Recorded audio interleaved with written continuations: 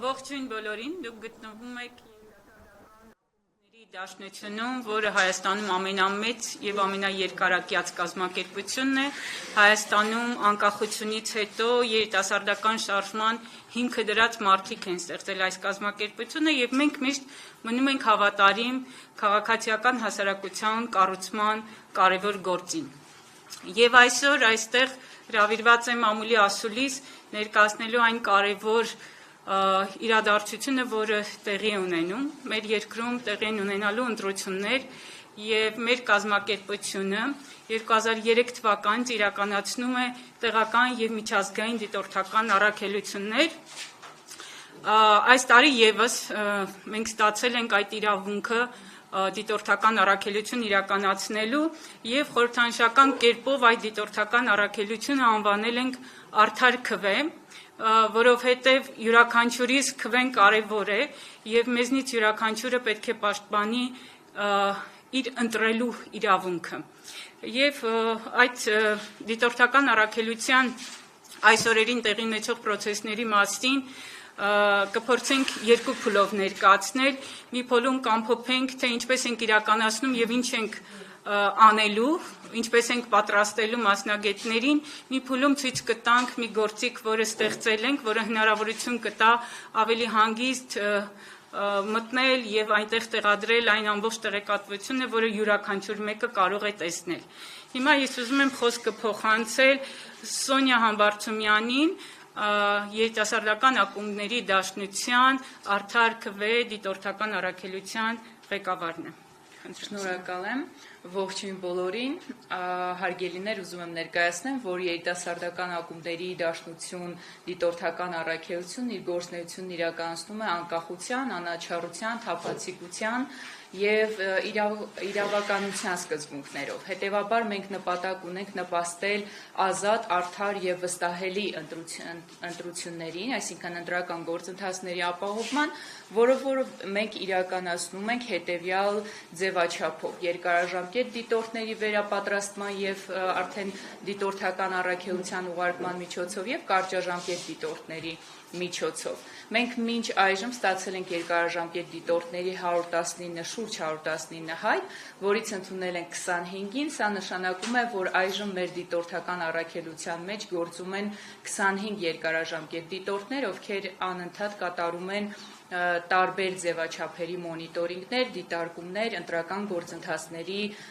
արդարության եւ իրավականության սկզբունքները ապահովելու շրջանակում։ Կարճաժամկետ դիտորդների համար ստացել ենք շուրջ 110 այս պահին 110 դիմումներ եւ շարունակում ենք ստանալ, որովհետեւ նպատակ ունենք դիտարկել եւ մեր դիտորդական առաքելությունը տարածել Հայաստանի Հանրապետության ամբողջ տարածքում եւ ունենալ շուրջ 200 կարճաժամկետ դիտորդներ եւս։ Այս ընթացքում մենք մոտեցել ենք դիտորդական առաքելությանը որպես ոչ միայն դիտորդներ պատրաստելու, այլ նաեւ ակտիվ եւ իրավագիտակից քաղաքացի ձևավորելու ընթացքով եւ սա մեզ հնարավորություն է տալիս դիտորդական առաքելությունը դարձնել կրթական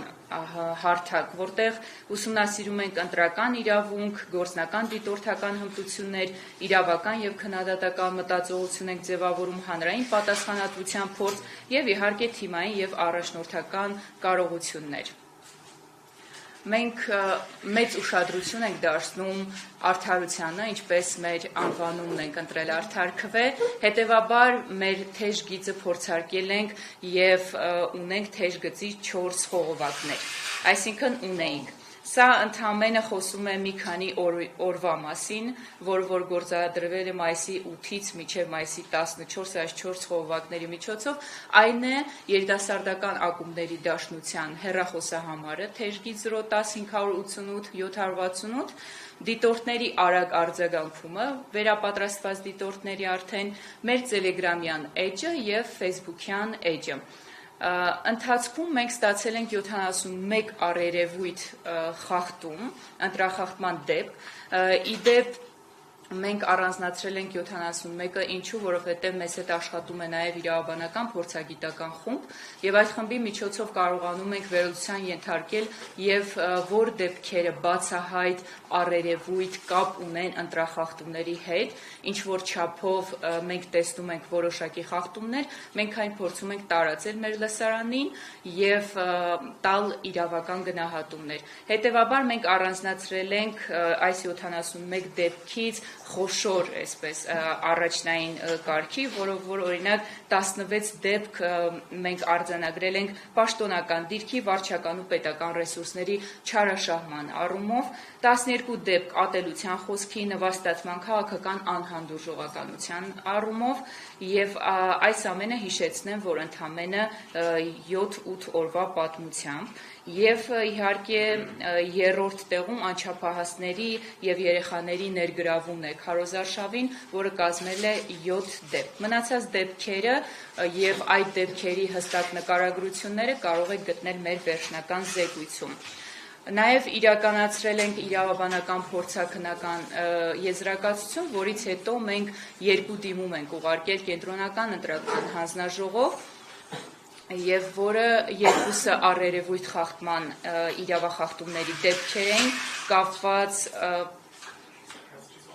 կապված քաղաքացիական պայմանագիր կուսակցության հետ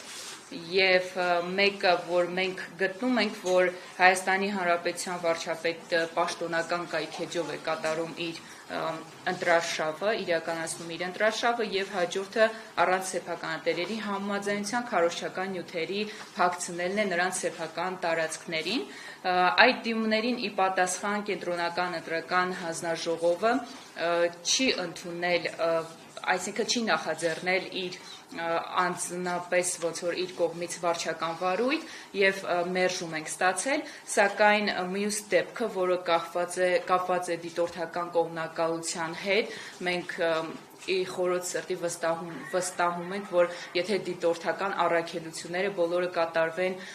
օրենքի շրջանակներում, դա այն է անկողմնակալ, լրիվությամբ չեզոք, ապա քաղաքական, ապա կուսակցական ձևաչափով, հետևաբար մենք կունենանք նաև արդար եւ օրինական ընտրական արդյունքներ։ Հետևաբար մենք դիմել ենք կենտրոնական ընտրական հանձնաժողով, այն ընդունվել է եւ կենտրոնական ընտրական հանձնաժողովը իր օրակարգի մասն է դարձրել այսօր այդ քննարկումն է ի դեպ ժամը 15:00-ին գործընկերներ ձեզ հրավիրում եմ նաեւ այնտեղ լսելու մեր դիմում քննարկումը, քանի որ մենք երիտասարդական ամենամեծ կառույցն ենք Հայաստանի Հանրապետությունում եւ մեր սահմանները միայն Հայաստանի Հանրապետության տարածքով չի սահմանափակվում, այլ նաեւ միջազգային ասպարեզներում ունենք մեր ներդրումը, որպես երիտասարդական ակումբների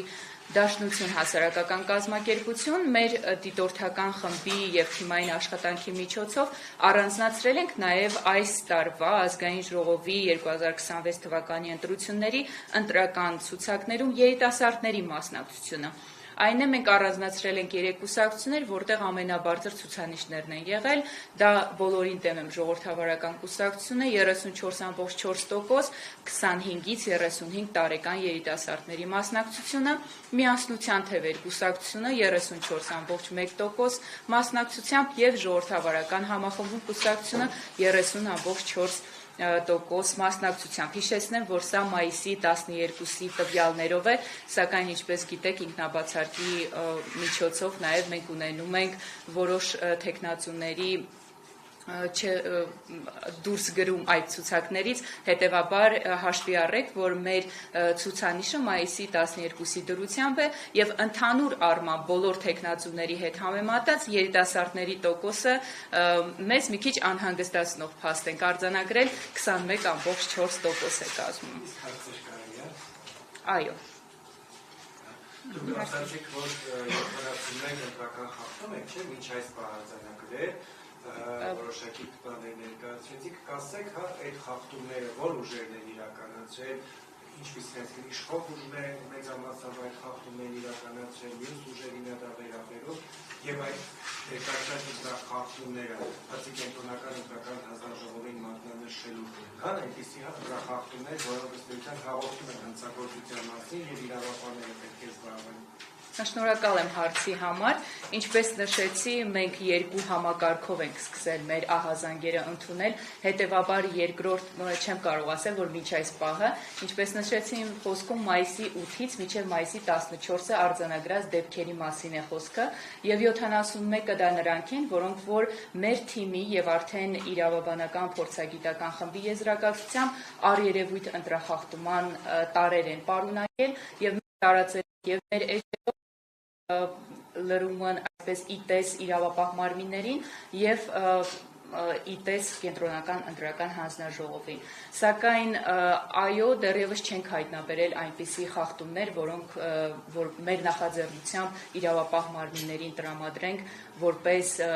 իրական հանցագործություններ, որովհետև ի վերջո իրենք պետք է դա հաստատեն եւ մեր արված գործողությունը սա է մայիսի 8-ից մինչև 14-ը։ Դրանից հետո մենք գործարկել ենք նորարարական թվային հարթակ, քանի որ ավելի քան օրական 15-ից 20 դեպքեր էինք ստանում որպես ահազանգ, որպես ընտրախախտման դեպքեր։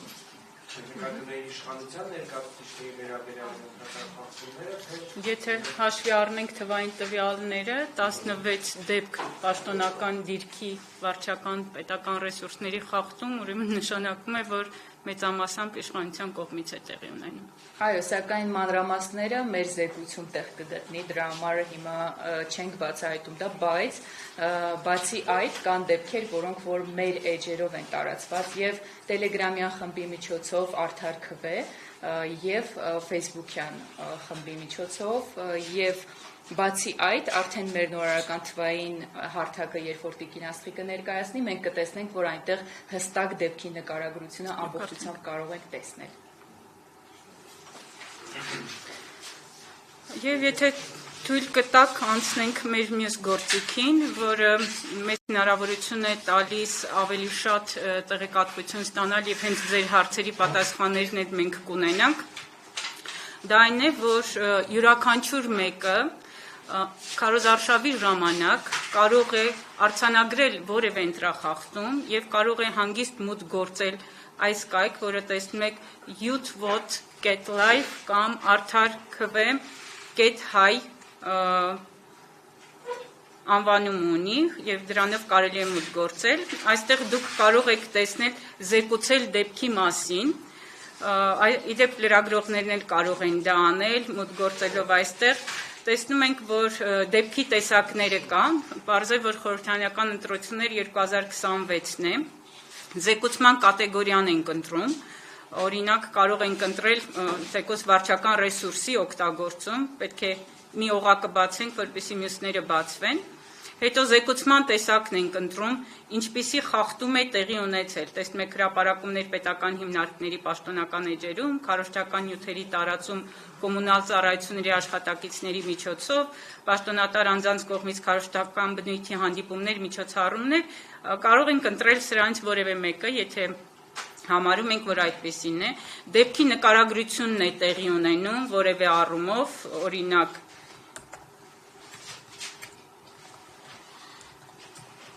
ես ուղղակի այսպես մի բան գրեմ, որ անցում տա, դեպքի վայրն ու ժամանակը ընտրում ենք տարածաշրջանը, օրինակ, եթե Երևան էինք ընտրել, Երևան է այս դեպքում, բնակավայրը ցույց է տալիս, թե որ բնակավայրում է տեղի ունենում, օրինակ կենտրոնում, քվեարկության տեղամասը, այստեղ էլ հստակ բոլոր տեղամասերը արդեն կան, այսինքն շատ հեշտացնում է գործը, կամ տեղամասն է, կամ տեղամասին հարակից տարածքում է գտնվում տեղի ունենում process-ը։ Տեսեք, այստեղ նաև ապացույցներ եւ աջակցող նյութեր։ Կարող ենք ներբեռնել ապացույցը, լուսանկարը, տեսանյութը, ինչ հնարավոր է, եւ դրանից հետո գրում ենք ուղղակի էլեկտրոնային հասցե եւ հեռախոսի համար, որը էլի պարտադիր չի։ Այսինքն այստեղ պարտադիր հանգամանքը նյութերի փաստերի արկայությունն է։ Այո, տեսեք, կարդացել եմ, համաձայն եմ գաղտնիության քաղաքականության հետ, սեղմում ենք կոճակը, հավաստում ենք, որ մենք մարդ ենք եւ սրա արդյունքում ուղարկում ենք։ Ուղարկելուց հետո բնականաբար, հիմա եթե դուք տեսնեք մեր ադմինների գործը, կհասկանաք, որ հարյուրավոր նման բաներ են տեղի ունենում, բայց իհարկե ոչ բոլորն են հաստատվում, ինչը որ ընտրախախտման, օրենքի խախտման հետ կապ ունի, ովքեր որ համակարգում են process-ը, նրանք իրավաբանների հետ խորհրդակցելու արդյունքում թույլ են տալիս, որ Երևա արդեն, այսինքն ամեն ինչ չի հայտնվում այստեղ։ Պետք է ասեմ, որ այստեղ էլ երկու փուլ ունենք։ Դիտորդները, երկարաժամկետ եւ կարճաժամկետ դիտորդները, նրանք վերապատրաստման շատ լուրջ կուրս են անցնում, նրանք շատ լավ տեղեկացված են ընտրական օրենսգրքին, երկարաժամկետները այս մեկ ամսվա ընթացքում մինչև ընտրություններն են դիտարկելու, կարճաժամկետները այդ ամբողջ օրն են լինելու ընտրատեղամասում եւ նրանք ունեն առանձին իրենք եւս ադմիններ են, նրանք արդեն մուտք են գործում եւ մենք տեսնում ենք ովքեր են ներմուծել տեղեկատվությունը, զեկուցել ընտրախախտման մասին, իսկ ովքեր որ չունեն հնարավորություն, այսինքն նրանք դիտորդ չեն, սովորական մարդիկ են, որոնք արձանագրել են, նրանք էլի կարողանում են այստեղ մուտք գործել եւ դնել։ Այսինքն մի դեպքում մենք արդեն նույնականացված գիտենք, թե ում հետ գործ ունենք, ովքեր են դիտորդները, մյուս դեպքում մենք կարող ենք չիմանալ ով է հրապարակել, այսինքն գաղտնիության ամբողջ սկզբունքը պահպանվում է։ Եվ դիտորդների երիտասարդական ակումբների դաշնությունը,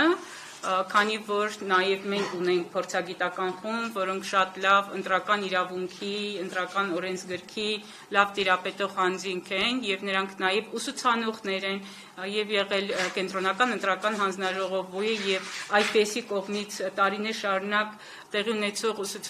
ուսուցման process-ներին նրանք վերապատրաստում են, այսինքն մեզ մոտ այս պահին, եթե այսօր երեկոյան ժամը 5-ին գաք մեզ մոտ գրասենյակ, կտեսնեք փուլերով վերապատրաստվում են մասնագետներ։